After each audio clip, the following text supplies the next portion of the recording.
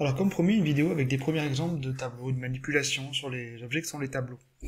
Alors d'abord j'ai préparé une scène à l'avance. Pour l'instant dans la scène il y a juste la caméra, comme dans toutes les scènes par défaut, et un objet qui s'appelle test, et qui porte un script que j'ai appelé test tableau, qui pour l'instant est le script par défaut, j'ai juste renommé.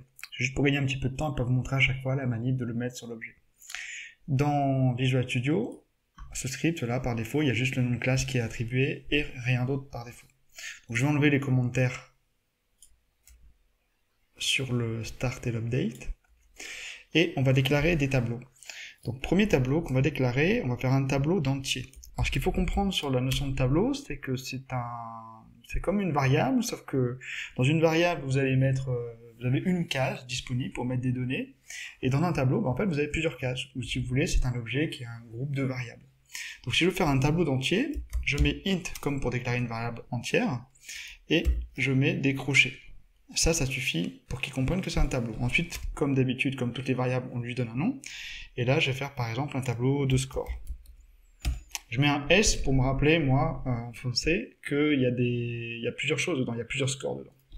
Si on définit le tableau, juste comme ça, on va mettre le nombre de cases de cette manière-là. Par exemple, si je veux faire un tableau avec 3 scores, je mets 3 ici, ça va suffire à déclarer le tableau. Commande S. Donc maintenant que j'ai enregistré, je vais sur Unity vous montrer ce que ça donne. Vu qu'il est public, il va apparaître dans l'inspecteur. Une fois que ça va recharger, voilà, il s'appelle score. Si je déplie ici, je vois qu'il est de taille 3, et les éléments par défaut sont à 0. C'est normal qu'il soit à 0, vu que c'est un tableau d'entiers, et que les entiers par défaut sont mis à 0. Donc là, on a déclaré un tableau, mais on n'a pas initialisé nous-mêmes les valeurs, ça s'est fait par défaut. Une autre manière de faire, ça serait de déclarer un tableau en lui donnant directement des valeurs. Donc, par exemple, je passe une ligne juste pour que ce soit plus clair. Si je déclare un autre tableau d'entiers, et ce coup-ci, alors je vais pas l'appeler pareil, on va l'appeler par exemple meilleur score ou top score. Ouais, top score. Et ce coup-ci, je vais le déclarer en lui donnant des valeurs. Donc alt, pour les accolades, et par exemple, je vais mettre comme première valeur meilleur score 500, la deuxième on va mettre 350 et 200. Point virgule, j'enregistre, je vais revoir ça dans Unity. Il mouline un peu, top score, c'est aussi un tableau de taille 3 d'ailleurs, et ce coup-ci, il y a les valeurs initialisées directement. Alors ce qu'il faut comprendre aussi pour la notion de tableau, c'est que c'est le nombre de la taille, le nombre d'éléments, il est fixe, c'est-à-dire qu'une fois que vous l'avez fixé, ça ne changera pas. Le tableau, c'est pas quelque chose qui est destiné à changer de taille. Par contre, si vous voulez un élément qui ressemble beaucoup à un tableau qui change de taille, il faudra aller vous pencher vers les listes, et on fera ça dans une autre vidéo. Donc maintenant qu'on a déclaré ces deux-là, par exemple le premier tableau score, j'aimerais bien qu'il reste pas toujours à 0, et pouvoir lui donner des valeurs, pas forcément les mêmes. Pour ça, on peut faire ça au start, et on va voir comment on accède aux cases d'un tableau. Donc score, ici on remet les crochets, et si je veux par exemple que la première valeur soit, voilà, la souris a bougé, que la première valeur soit affectée, donc la première valeur c'est 0, les indices de tableau en C# ça commence à 0, égal, et là je lui donne une valeur entière. Donc, par exemple, on va mettre 38. On peut faire la même chose pour chacune des cases, mais il faudra prendre bien soin d'utiliser un index qui existe, parce que là, vu qu'il y a 3 cases, ça va aller de 0 jusqu'à 2. Donc, on va les initialiser les 3.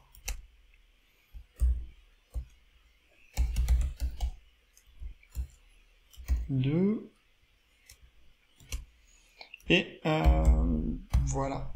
Donc là, ce coup-ci, donc le tableau score, il va être initialisé au start. Donc dans Unity, si je regarde dans l'inspecteur, ici normalement c'est la même chose, par contre si j'appuie sur play, la méthode start va être appelée, et du coup le tableau score, ici, il va être modifié avec les valeurs que j'ai mis au start. Donc tout se comporte comme prévu. Par contre, je vais vous montrer tout de suite quelque chose, je vous ai dit, il faut faire attention, il ne faut pas mettre score 3. Qu'est-ce qui se passe si on met justement score 3? Parce que c'est toujours intéressant de faire des erreurs pour les comprendre, pour pas les faire après. Donc là, imaginons, je dis, oh, les scores 3, je vais lui mettre 25. A priori, la syntaxe, elle est ok, il me prévient pas tout de suite qu'il y a un problème. Si je vais dans Unity, pour l'instant, tout va bien, parce qu'en fait, le problème, il se passe quand j'appuie sur Play au start. Donc pour l'instant, il n'a pas de problème. Si j'appuie sur Play, il va essayer de chercher l'élément 3 du tableau score qui n'existe pas. Et dans ce cas-là, il vous met ce message d'erreur là.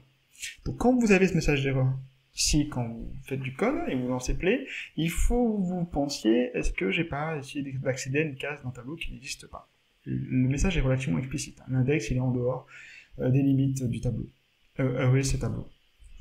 Donc, on va corriger l'erreur. Et d'ailleurs, si vous cliquez ici, double-cliquez ici, il vous ramène à la ligne en question qui pose problème. C'est quand même bien utile. Donc là, par exemple, il y a une erreur, j'ai pas compris pourquoi, je peux la passer en commentaire, enregistrer, revenir dans Unity, et voir s'il n'y a pas d'autres problèmes. Parce que là, dans mon code, je me doute bien qu'il n'y a pas d'autres problèmes. On va enlever Start, on le remet. Donc, je suis en Clear on Play, hein, donc le message, il va se mettre à jour en Play. Et là, j'ai plus de problème. Donc, voilà pour création de tableau, initialiser avec des valeurs. Et maintenant, ce qu'on va faire, c'est qu'on va, par exemple, créer un tableau plus grand et l'initialiser avec une boucle for. Donc on va prendre un troisième tableau, toujours d'entier, et ce coup-ci je vais l'appeler mon tableau. Ah. Mon tableau, et je vais pas lui donner de valeur par défaut, mais ça va être un tableau plus grand, par exemple avec 20 valeurs. J'ai pas forcément très envie de les rentrer une à une à la main. Et ce que je vais faire, c'est faire une boucle for pour décrire tous les indices, et pour chacun des indices, mon tableau en i, un indice i, je lui donnerai une valeur. Donc pour ça, je peux le faire par exemple ici, pour l'instant. Je suis pas du tout sûr d'utiliser update pour l'instant, je pense que je vais rien faire dans l'update dans cette vidéo. On va juste initialiser le tableau avec un for, ça sera déjà très bien. Donc la syntaxe pour un for, c'est for, et entre parenthèses, vous mettez d'abord l'indice qui va permettre de balayer la boucle for, donc là c'est un entier i, point virgule, l'indice maximum, c'est-à-dire que, ah pardon, j'ai oublié de mettre le minimum, donc je commence à 0. On va espacer ça. Ensuite, l'indice maximum, donc là, mon maximum, ça va être 19, donc plus petit strictement que 20, ça va bien. Si vous voulez, vous pouvez faire mieux en mettant la longueur du tableau. Pour l'instant, ça donne ça. Alors, mon tableau, la longueur du tableau, c'est length. Donc si je suis strictement plus petit que sa longueur, c'est le nombre d'éléments, donc là il a 20 éléments, j'arrive à 19, c'est bien ça. Il y a un décalage entre les deux.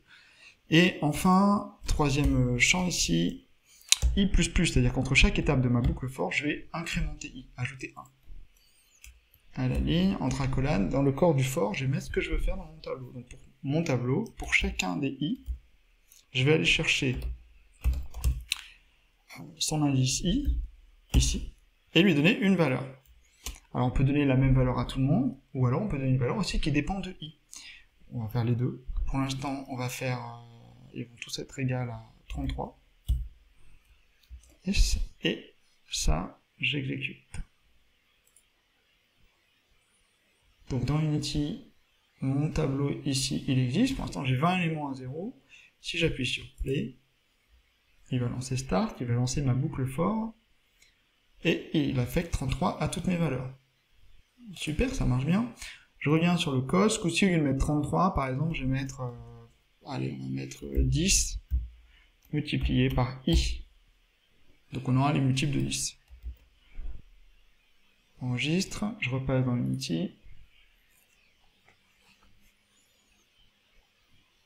J'appuie sur Play et je regarde ce qui se passe ici. Et ça a bien fonctionné. Et vous voyez l'intérêt d'avoir fait une boucle for pour écrire ça, plutôt que d'écrire les 20 lignes avec le premier à 0, le deuxième à 10, etc. etc. Voilà, donc pour une première vidéo sur les tableaux, je m'arrête là, je remonte juste le code et je relis avec vous. Donc on avait déclaré 3 tableaux d'entiers, avec des noms différents, initialisés de manière un peu différente. Parfois on donne juste la taille, parfois on donne les valeurs. Et parfois, pour les valeurs, on peut les faire aussi avec une boucle for. Ça vous fait un premier exemple de boucle for. On en fera d'autres plus tard, mais c'est vrai que les boucles for avec les tableaux, ça va bien ensemble.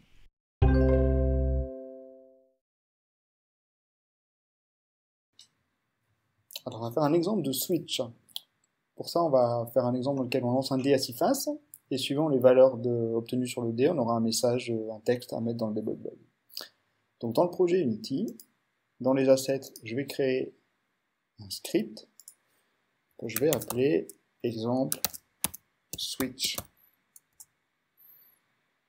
C'est fait. Dans la hiérarchie, je vais créer un objet vide que je vais juste appeler exemple. Ok, et cet objet exemple, il va récupérer le script en question. Là, on est prêt pour que quand je fais mon code, au start, ça sera exécuté dans la scène. Donc je vais ouvrir le script dans Visual Studio. Alors, le script s'est ouvert, et j'ai enlevé les commentaires, et j'ai besoin d'une variable entière d. Donc je vais déclarer ça de la manière suivante, public int d. Donc par défaut elle est à 0, et je vais dans le start lui donner une valeur au hasard entre 1 et 6. Pour ça, on va utiliser la méthode randomRange, random.range, entre 1 et 7. Alors pourquoi 7? C'est parce qu'au niveau des bornes, la borne de droite elle est exclue, alors que la borne de gauche elle est inclue. Donc on va tester ça tout de suite, CTRL S, ici j'ai un D, il va afficher, ok, dans Unity. Si je vais sur mon objet qui récupère, pour l'instant il est à 0, si je fais play, il devrait générer une valeur entre 1 et 6. Ok, 3, je refais un coup de play. Et c'est pas la même valeur à chaque fois, ok. Donc ça roule, pour l'instant on est ok. Et ce qu'on voudrait faire maintenant avec cette valeur D, c'est s'en servir pour faire un switch. Alors pour ça, le switch, je vais le faire pour l'instant dans le start. Donc la syntaxe du switch, switch, vous mettez entre parenthèses la variable qui vous sert à faire le switch, c'est-à-dire suivant les cas qui vous intéressent. Donc là, les cas, ça va être les valeurs du D. Ensuite, on met ça, le corps entre accolades. Et pour le premier cas, ça s'écrit case. Alors là, je vais regarder par exemple ce que je veux pour le cas. Donc j'avais écrit, si je tombe sur la face 1, j'écris au nom. Donc là, par exemple, on va écrire ça comme ça. Case 1, 2 points. Ici, je vais mettre le debug log au nom. On est très déçu d'avoir eu 1. Point virgule. Et il faut mettre le mot-clé ensuite break pour sortir du cas en fait. Là, avec ça, ça devrait déjà fonctionner. Sauf qu'on n'a qu'un seul cas de gérer. Je vais faire les autres cas qui sont ici. Donc je vais mettre un truc pour la phase 2, 3 et 6. 4 et 5, on met rien. Ça veut dire que si on tombe sur 4 ou 5, ben, il ne se passera rien. Et c'est pas un problème. Donc la syntaxe ici, elle est OK. Ce que je vais faire, je vais juste la copier. Tac. Hop. Donc ici, j'ai dit 2, 3 et 6. Et donc si j'ai 2, c'était le texte A2, c'est mieux.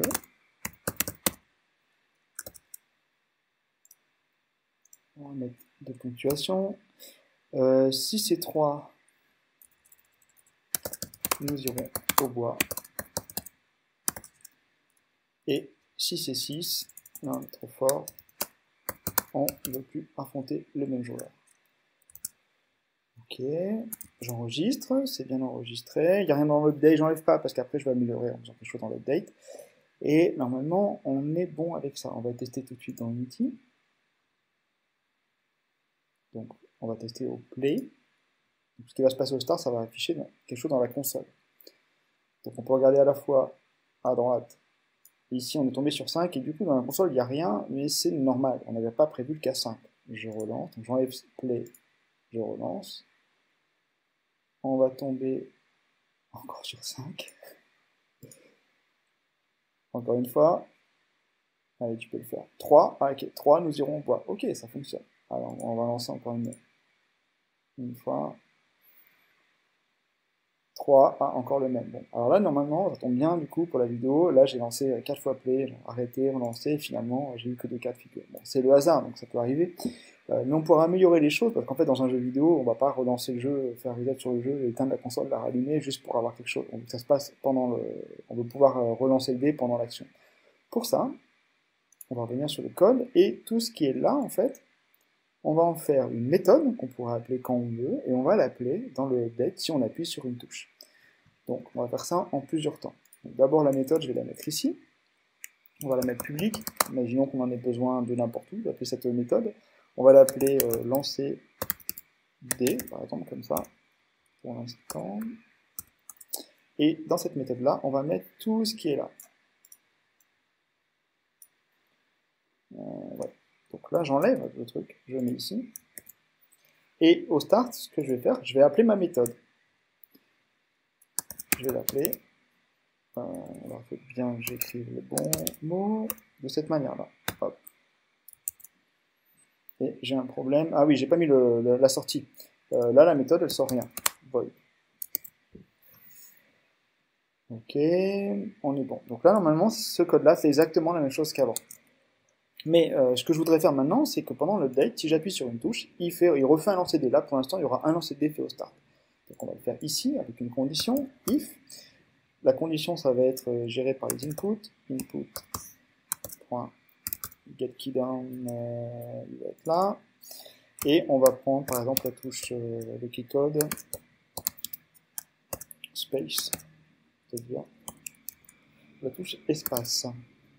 Donc si on appuie sur la barre espace, on veut qu'il lance le dé. Et ben, on rappelle la méthode. Lance dé. Avec les parenthèses, point virgule, voilà. Et ça, par rapport à ce qu'on a fait avant, c'est déjà un peu mieux. Parce qu'on va pouvoir... Là, c'est enregistré, on va tester tout de suite. On va laisser peut-être minimer, non, il est déjà prêt. Tant mieux. Je lance start. Donc normalement, il va lancer une fois au start mon lancer de dé. Là, c'est à 1. Et maintenant, si je me mets dans Game, en cliquant une fois pour avoir focus, j'appuie sur la barre espace, il relance le dé à chaque fois. Alors par contre, quand j'appuie, si je tombe sur 5, j'ai pas le retour dans le debug log. Donc quand j'appuie, il faut regarder là. Donc j'appuie sur l'espace, 4, il me fait rien, c'est normal. J'appuie 1, oh non, 6, GG neurone. Ça y est, j'ai enfin gagné, il met du temps, et du coup, je suis content, j'arrête de jouer. J'enlève le start, je vous remontre juste le code pour finir, en essayant de tout montrer, peut-être un tout petit peu plus petit pour voir tout. Si vous voulez prendre le temps de recopier, donc je refais juste une relecture. Donc j'ai une variable entière d, donc à 0, et j'ai créé une méthode qui lance le d, donc en mettant d'abord le d en entier entre 1 et 6. Ensuite, j'ai un exemple de switch qui permet de générer une phrase de debug suivant le cas qu'on a choisi. Alors bien sûr, je vous invite à ne pas faire exactement le même. Vous pouvez faire, même avec le dé à 6 faces, vous pouvez mettre d'autres phrases, vous pouvez gérer les 6 faces. Vous pouvez aussi faire un dé à 20 faces ou plus. Bref, il faut que vous testiez si vous voulez vraiment maîtriser les choses, pas juste recopier ce que vous voyez dans un tuto. Et donc cette méthode étant créée, je l'appelle une fois au start, et à chaque fois que j'appuie sur la barre espace. Voilà, et ce sera tout pour cet exemple.